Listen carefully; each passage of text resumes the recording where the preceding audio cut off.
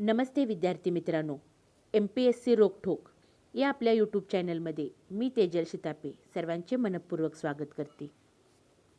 आजचा आपला विषय आहे राज्यशास्त्र आणि घटक आहे संविधान सभा. भारताची संविधान सभा. भारत हा जगातील सगळ्यात मोठा लोकशाही देश आहे आणि भारताची राज्यघटना ही जगातील दुसऱ्या क्रमांकाची सर्वात मोठी लिखित स्वरूपाची राज्यघटना आहे. ही राज्यघटना ज्या संविधान सभेमार्फत निर्माण करण्यात आली त्या संविधान सभेची आज आपण माहिती पाहणार आहोत. या संविधान सभेच्या निर्मितीमागचा इतिहास काय आहे? तर एक लक्षात घ्या की कोणतीही घटना एका दिवसात साध्य होत नाही, तर त्याच्यामागे अनेक वर्षांची अनेक दिवसांची साधना असते. तसेच संविधान सभेची निर्मिती झाली, मात्र या संविधान सभेच्या निर्मितीमागे अनेक वर्षांची मागणी किंवा अनेक वर्षांची अनेक दिवसांची साधना होती. पैकी भारतातील साम्यवादी चळवळीचे प्रणेते आणि पुरोगामी लोकशाहीवादाचे समर्थक M.N. रॉय यांनी सन 1934 पहिल्यांदा घटना समितीची संकल्पना मांडली. भारताच्या राज्यघटनेची निर्मिती करण्यासाठी 1935 भारतीय राष्ट्रीय काँग्रेसने अधिकृतरित्या घटना समितीची मागणी केली.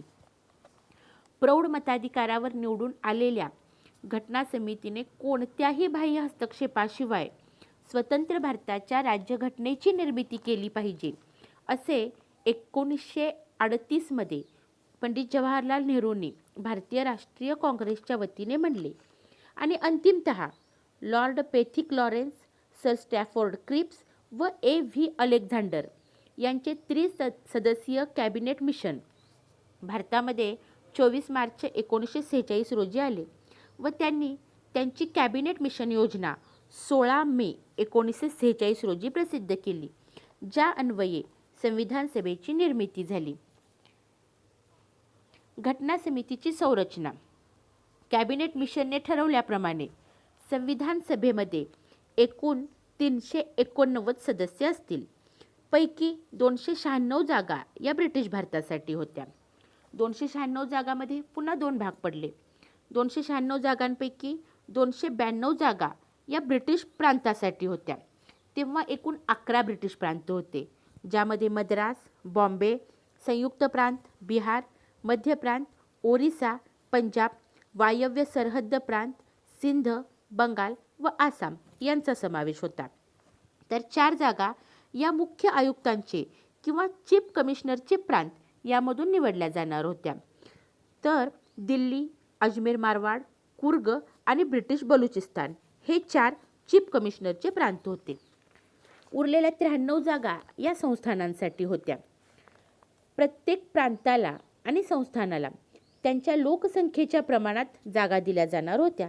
साधारणतः 10 लाख लोकसंख्येमागे एक सदस्य असं या जागांचं विभाजन होतं. ब्रिटिश प्रांतांना ज्या 296 जागा दिल्या होत्या त्या मुस्लिम, शीख आणि सर्वसाधारण या 3 प्रमुख समुदायांमध्ये त्यांच्या लोकसंख्येच्या प्रमाणात दिल्या जाणार होत्या. त्या अन्वये शीख समुदायाला 4 जागा, मुस्लिम समुदायाला 79 जागा आणि उरलेल्या इतर सर्वसाधारण समुदायाला 213 जागा असे 296 जागांचे वाटप झाले. संस्थानांचे 93 प्रतिनिधी हे मात्र संस्थानांच्या प्रमुखाने नामनिर्देशित करायचे होते. अशा प्रकारे भारताची संविधान सभा ही काही प्रमाणात निवडून आलेले सदस्य आणि काही प्रमाणात नामनिर्देशित सदस्य यांची मिळून बनली होती. घटना समितीसाठी ब्रिटिश भारताच्या प्रांतामधील 296 जागांसाठी जुलै व ऑगस्ट 1946 निवडणुका घेण्यात आल्या. या निवडणुकांमध्ये जे पक्ष किंवा ज्या जागा जिंकण्यात आल्या त्यांचे वर्गीकरण कसे होते? तर सर्वात मोठा पक्ष हा भारतीय राष्ट्रीय काँग्रेस ठरला, ज्याने 208 जागा निवडून आल्या गेल्या. मुस्लिम लीगला 73 जागा मिळाल्या. अपक्ष उमेदवार 8 होते. युनियनिस्ट पार्टी 1 जागा, युनियनिस्ट मुस्लिम 1 जागा, युनियनिस्ट शेड्यूल कास्ट 1 जागा, कृषक प्रजा पार्टी 1, शीख 1, शेड्यूल कास्ट फेडरेशन 1 जागा आणि साम्यवादी पक्षाला 1 जागा अशा प्रकारे या जागांचे विभाजन झाले. घटना समितीचे कामकाज सुरू झाले. घटना समितीची पहिली बैठक. तर घटना समितीची पहिली बैठक 9 डिसेंबर 1946 रोजी झाली.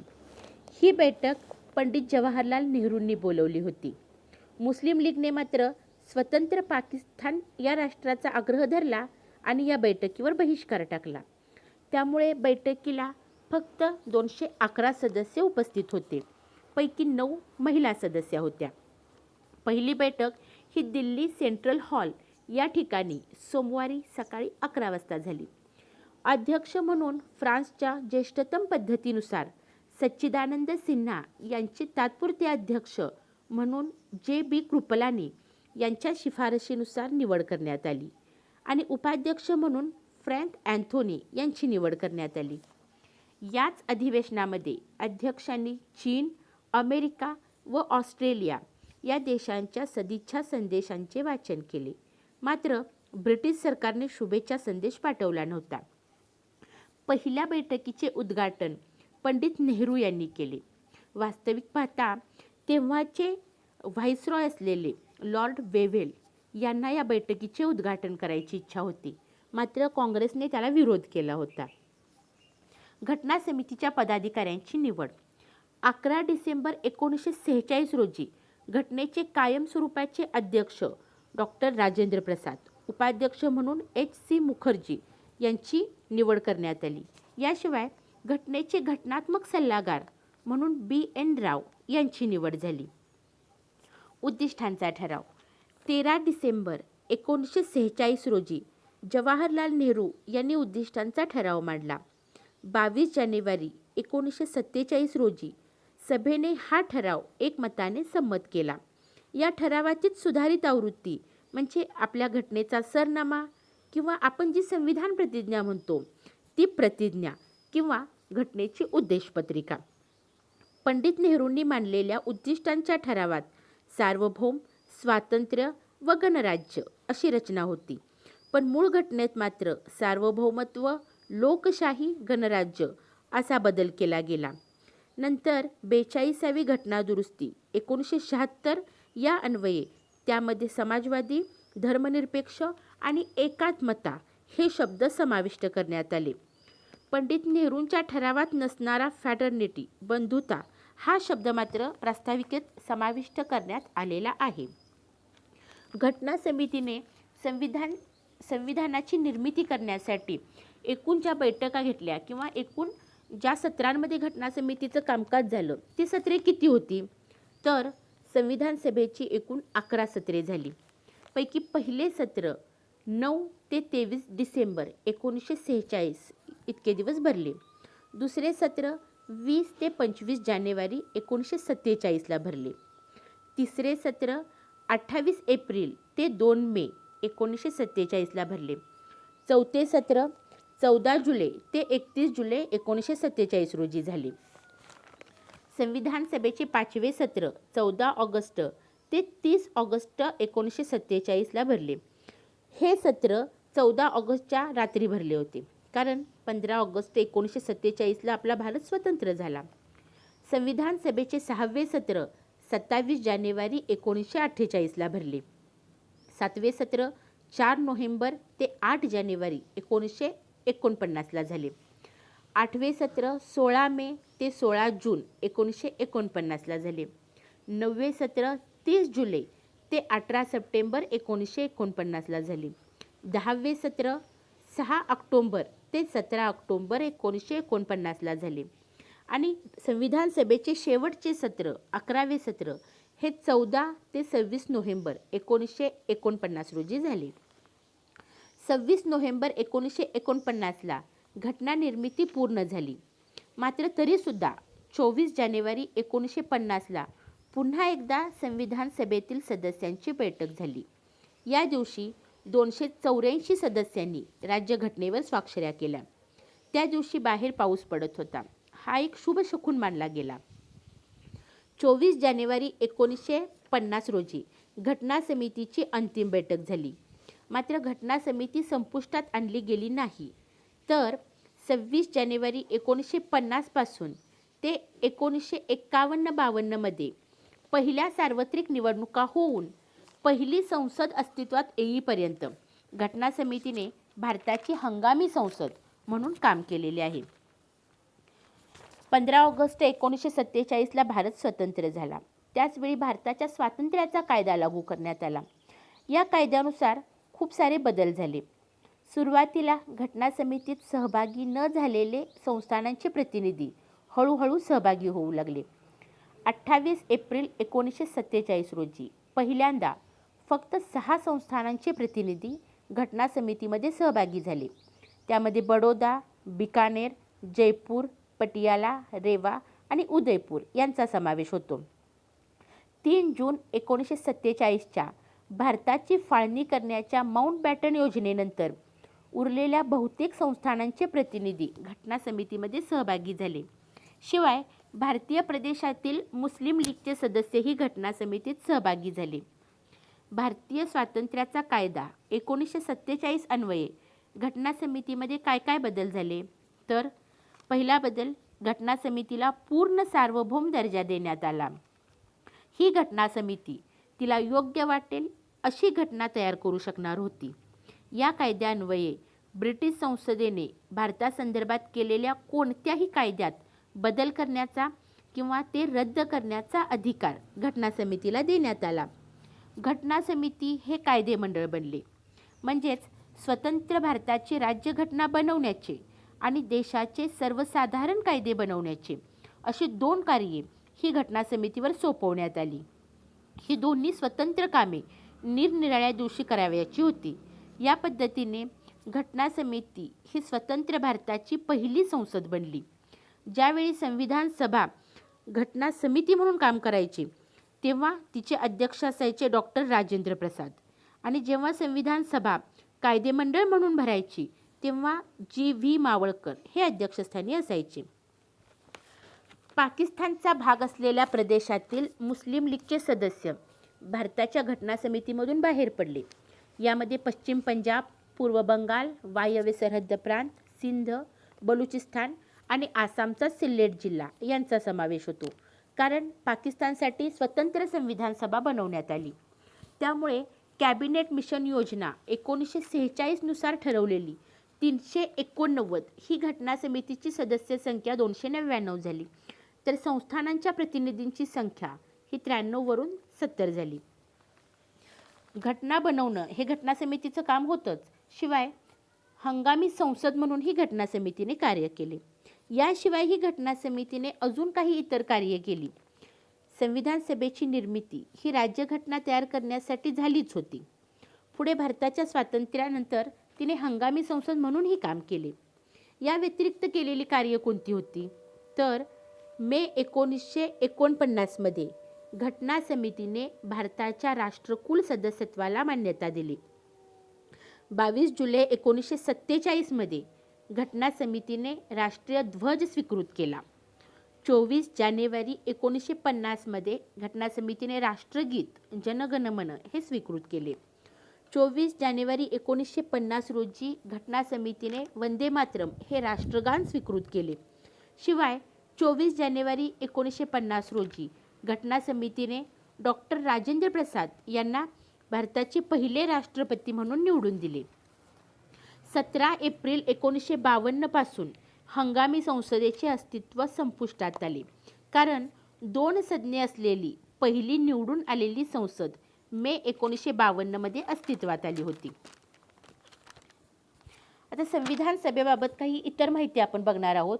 जे फॅक्ट्स किंवा जे IMP घटना आजपर्यंत MPSCच्या वेगवेगळ्या परीक्षांमध्ये विचारली गेलेली आहे किंवा विचारली जाण्याचीही शक्यता आहे, अशा काही घटनांचा इथे आपण अभ्यास करणार आहोत. यामध्ये महात्मा गांधीजी व मोहम्मद अली जिना या 2 महत्त्वाच्या अशा व्यक्ती आहेत की ज्या संविधान सभेच्या सदस्य कधीही नव्हत्या. घटना समिती विधिमंडळ म्हणून पहिल्यांदा 17 नोव्हेंबर 1947 रोजी भरली आणि जी.व्ही. मावळकर यांची सभापती म्हणून निवड करण्यात आली.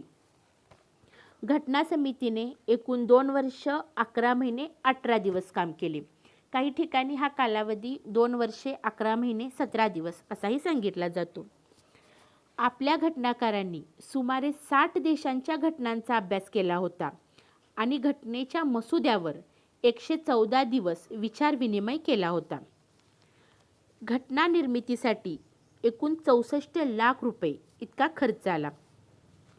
26 नोव्हेंबर 1949 रोजी राज्यघटनेच्या मसुद्याचा ठराव संमत करण्यात आला आणि असे घोषित करण्यात आले की सदस्यांनी व अध्यक्षांनी त्यावर स्वाक्षऱ्या केल्या.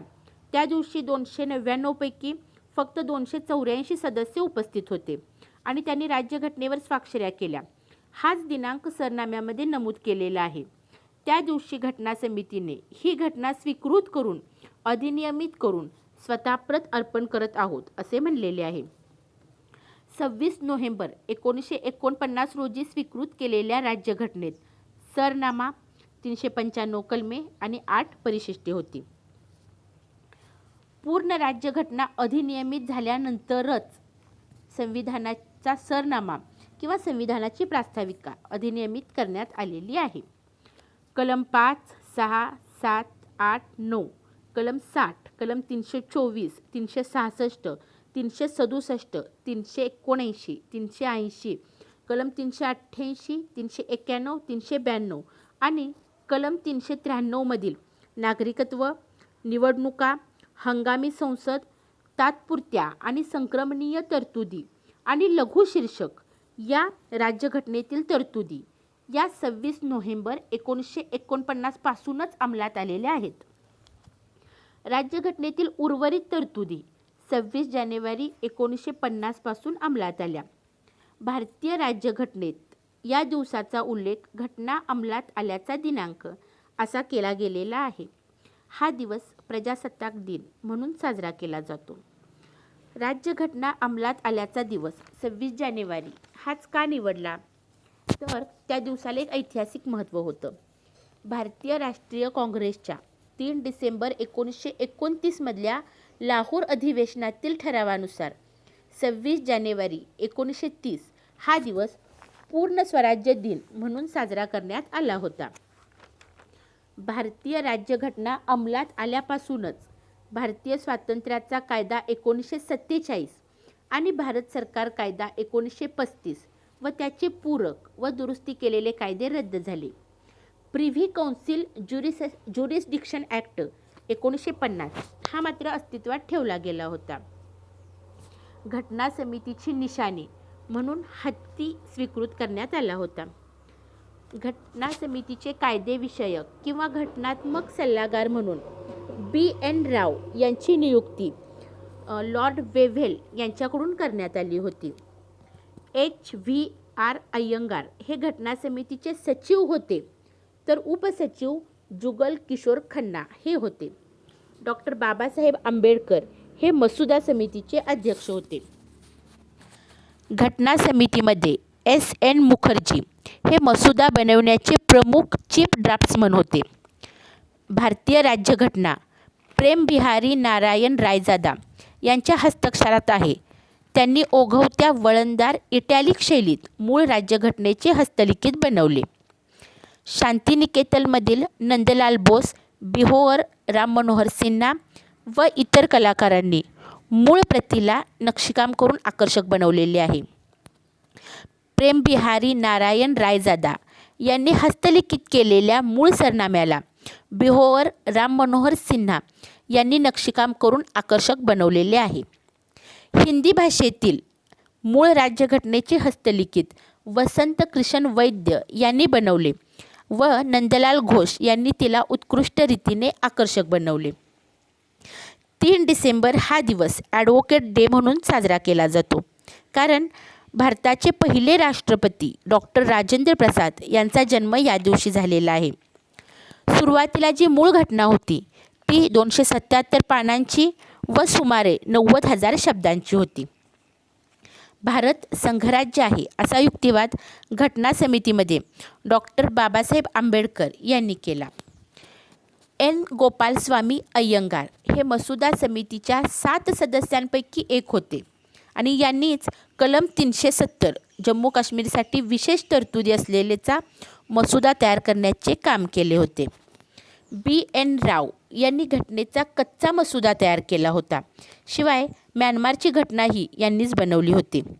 भारतीय राज्यघटना कायदा आणि न्याय मंत्रालयाशी संबंधित वैधानिक विभागाकडून प्रकाशित केले जाते. आपल्या संविधानामध्ये SC, ST, OBCची व्याख्या दिलेली नाही, मात्र अँग्लो इंडियनची व्याख्या दिलेली आहे. आणि भारतीय संविधान हे भारतीय जनतेच्या इच्छेनुसार असेल असे महात्मा गांधी यांनी म्हणलेले आहे. हा व्हिडिओ तुम्हाला कसा वाटला हे नक्की सांगा. व्हिडिओ आवडला असेल तर लाईक करा, चॅनलला सबस्क्राईब करा आणि बेल आयकॉन नक्की प्रेस करा, जेणेकरून नवीन व्हिडिओचे अपडेट्स तुम्हाला मिळत जातील. धन्यवाद.